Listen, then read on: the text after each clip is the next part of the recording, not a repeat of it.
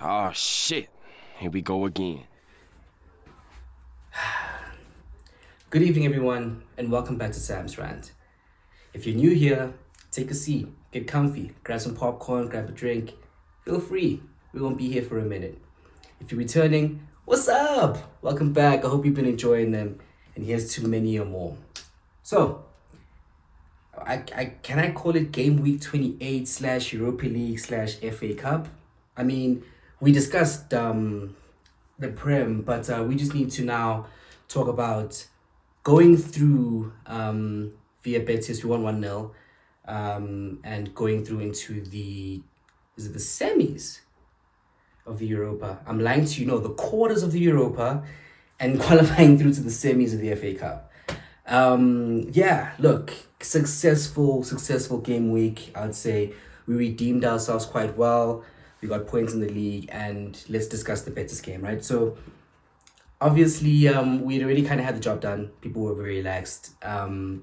We weren't really like dominant in the game. Betis had the better chances. They really kind of had us. They put a lot more pressure onto us. But there's a common denominator which I'll focus more on in last night's game because it's more evident there for you, which would be more fresh in memory. But I'm sure as you all remember, Rashford missed the sitter and then went and scored a fucking worldie. And oh my goodness, what a worldie that was. And so we won the game 1-0. Look, we knew that they were gonna come at us, come with pressure, come with tenacity. All we had to do was just make sure we do not concede. And we didn't. If anything, we even scored a goal just to kill off the game, but they came at us.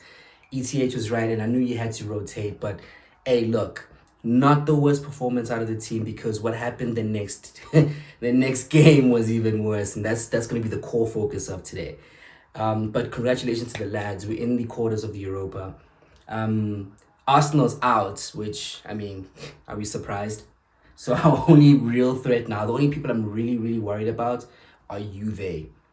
And obviously we've drawn against Sevilla now, and yeah, it's kind of Sevilla's league, and they're gonna probably come back with that kryptonite vibe against us again. I mean, we should be very concerned about them, but I'm quite confident that as long as we have Casemiro available for that game, we good. We good. Especially if Varane is fit as well, we're gonna be okay. We're gonna be okay. But also to just hear news that Rashford now at England got injured, and I'm a little bit peeved about that, but let's cross that bridge later. For now, I am a bit confident. I'm pretty sure we will go through. And I'm hoping that we then don't have to deal with Juve. Maybe it'll be nice if it was Juve in the final, just like two super giants, because we already taken another super giant in Barca. Maybe two super giants, just in the final, make it more memorable of a fixture, and then we just take that home. I'm pretty confident we can win that. And if we look towards the FA Cup now, which is the next topic. Oh, by the way, GG's MU. Congratulations, lad. If we push our shift towards what I really want to talk about today, which obviously was last night's game. First of all, this is now, I'm sorry, but I need to fucking rant.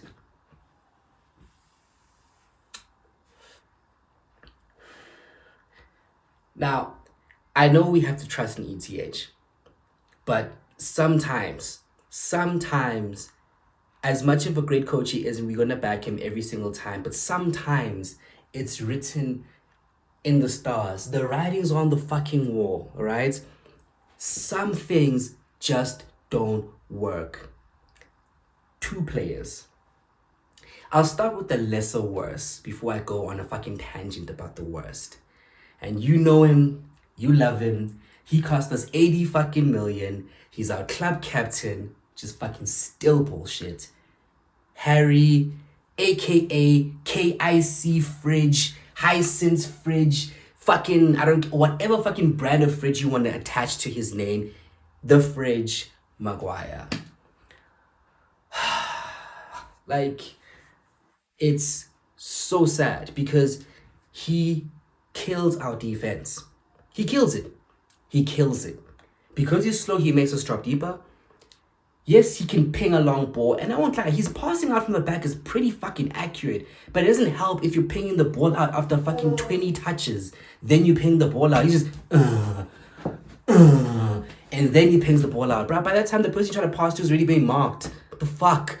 Take it, see the pass, make the pass. You have the ability. It's so dumb. And he doesn't have the same vision to pass just here. Because you find that as he gets the ball, there's a pass that's here, straight into a Sabitzer or a McTominay if he ever fucking reveals himself for the ball. More on him later. Nonetheless, just he slows us. He's so slow. He slows us down, and now it kills Wan-Bissaka. Wan-Bissaka pushed up once last night. Once. We got caught out. Maguire couldn't deal with it. And I'm pretty confident that Maguire said, don't leave me again. Don't go again because I can't deal with it. And if we have to be babysitting players, then you don't deserve to be in the starting lineup in the first place. Now Wan-Bissaka must babysit Maguire. Martinez can't do what he does because he must babysit Maguire. And because Martinez can't do what he's doing, that also affects Shaw. We can't play the same way that we normally fucking play. One player kills our entire back line. Because you need to babysit him. Because he's club captain. Because he's British. Because we have to do it. Because he's fucking... Oof. It is bullshit. I'm sorry. It is bullshit. I would have rather said to ETH, just play Lindelof. Just play Lindelof. But okay, ETH, if you're not going to play Lindelof there, fine. Maguire was not the worst of the two. The worst one, yeah, the one I'm really riled up about. Oh, this one really, really grinds my tits. Fuck. Scott McTominay. Fuck me.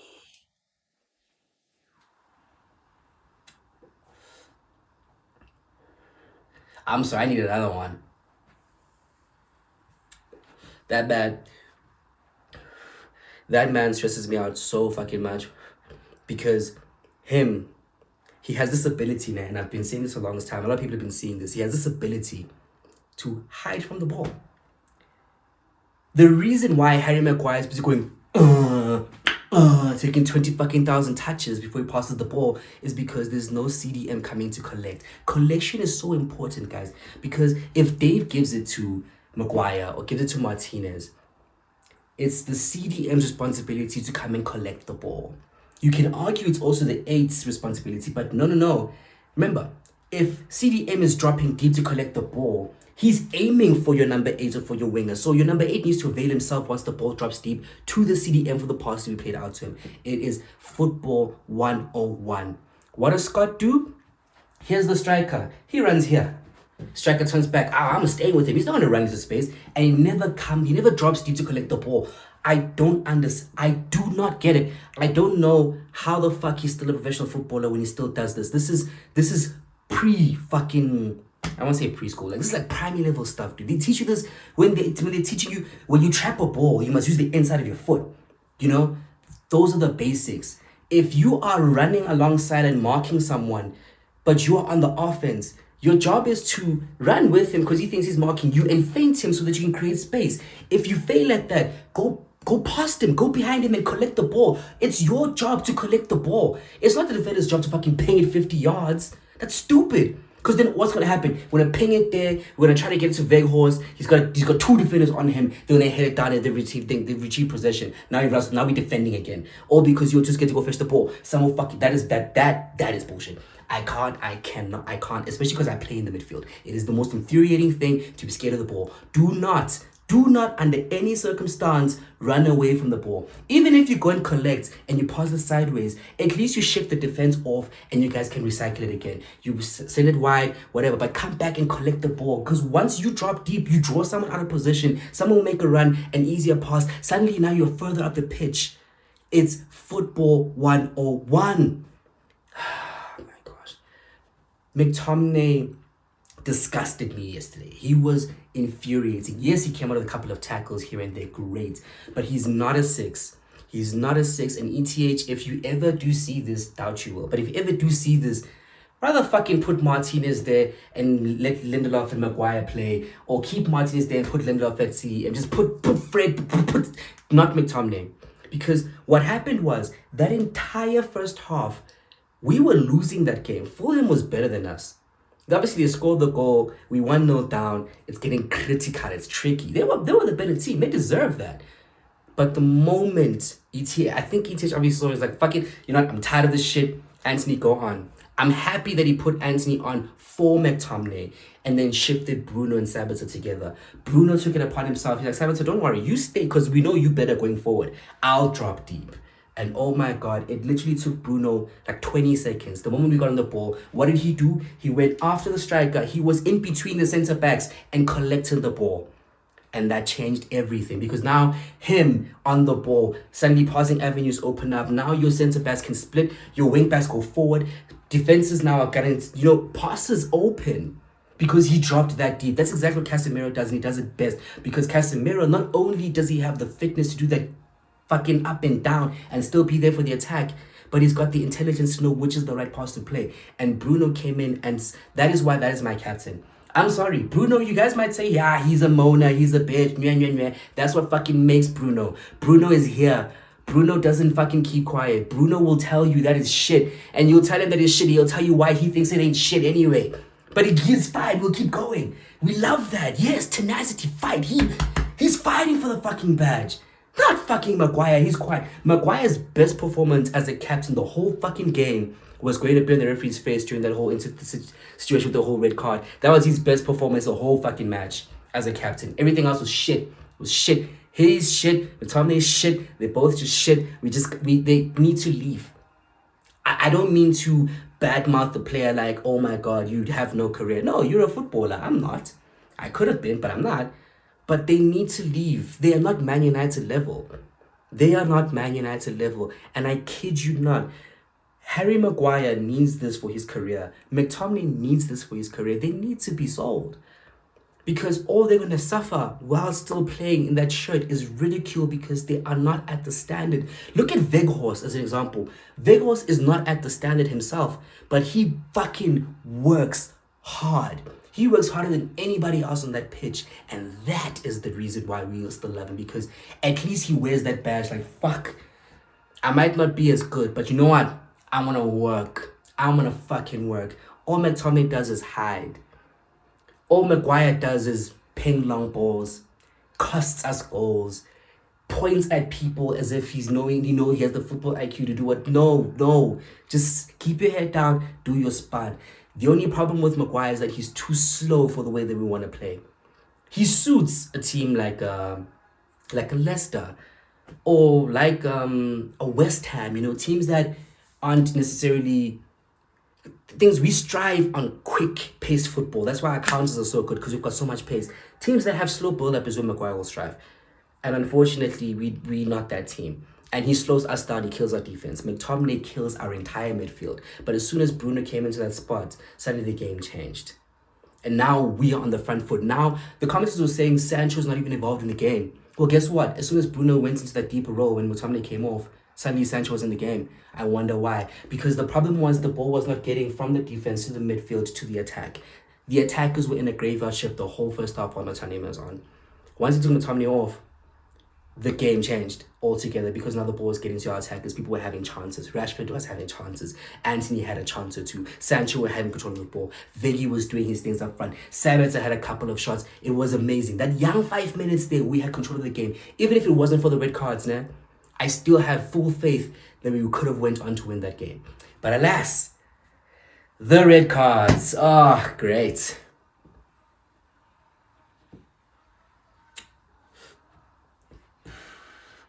Talk about finally catching some luck. They do say that in cup competitions you need some luck. We finally caught some. We had bad luck in the fact that Casemiro was sent off and now it's gone for 4 games. Yeah, it is what it is, I guess. Sancho did everything right. I thought he took too many touches, but I understood why he took that last touch to just snare this guy there and then go for the finish. Sorry, William. Handball, dude. Had it, boy. It was on the line. It was a goal. It wasn't for your hands. So, red card, boom. But what Mitrovic did, Mitrovic, I think he pulled, remember way back when I said, what's his face? Andy Carroll did like a double agent move when he injured Christian Eriksen. Mitrovic did a double agent move for us. That was a gift. Because what the fuck? How could you even, what were you thinking? Because you can't even, like the fact that their coach got sent off while they were still reviewing, leads me to believe, what the fuck were they saying? What was behind that? Sit down, watch it. Look, because it shows you on the screen. Watch it. Ooh. Hold on. Apologies. That means my time is almost up. Long story short, look at what is happening on the screen so that you can make a decision for yourself. Now the coach is getting sent off, Williams getting sent off, and then Mitrovic loses his fucking cool and lays his hands on the ref. Obviously not like hands, but like just that little, that little current there. You don't do that thing. And then obviously 9 men. Come on, lads. It was only a matter of time.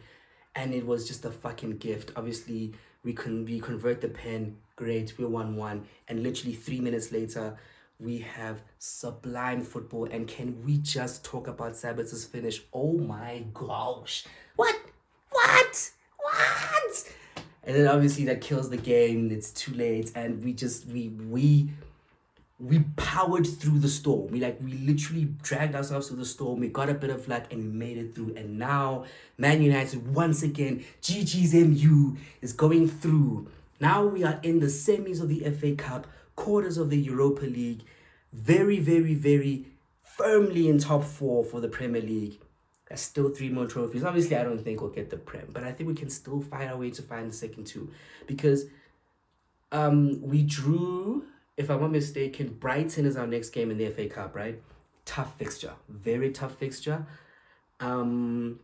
But if we get through, it's going to be a Manchester final, basically, because I'm pretty sure that Man City will do with Sheffield quite comfortably. Unless they do us a favour, like if Pep decides he's not going to play his strong squad or whatever.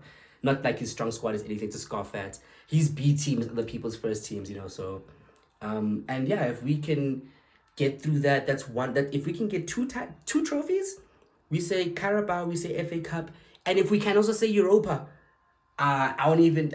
obviously, it would be insane to win the league, because we're not gonna... I don't think we still have a shout for the league, honestly. We're a bit too far, but just to have a strong finish in the league and have 3 titles, being Carabao, FA Cup, and Europa, I say give ETH a fucking statue, because he took the team... sorry, he took the Man United team with the worst tally ever to win 3 trophies and have a strong finish to complete the season. That's fucking amazing. And I'm a happy camper. Anyway, that was the past game week. So yeah, we will see what happens next. Looking forward to the next couple of fixtures. Unfortunately though, let's talk about Rashford. So apparently Rashford picked up an injury. Now we don't know for sure the extent of the injury, but it happened during the England friendlies. That I think happened tonight, if I'm not mistaken, or at training. Something that I didn't really look at the full story, but apparently we have a concern because Rashford might be injured. And if that's the case, if I'm ETH, I'm pissed. I'm like, you just fucking injured that's mafioso things. That's like someone paid someone to do a thing there, but we'll keep an eye on the story. Hopefully it's nothing major, he can run it off and he'll be back fit as a fiddle because he's still arguably the best player in Europe. And yeah, we are arguably the best team in Europe. Don't tell anybody I said that. Nonetheless, this has been Sam's Rant. Thank you very much for tuning in if you made it this far. And yeah, keep well, everybody. Love yourselves. I'll catch you next one. Sam signing out. Deuce. I should fuck her in the Benz.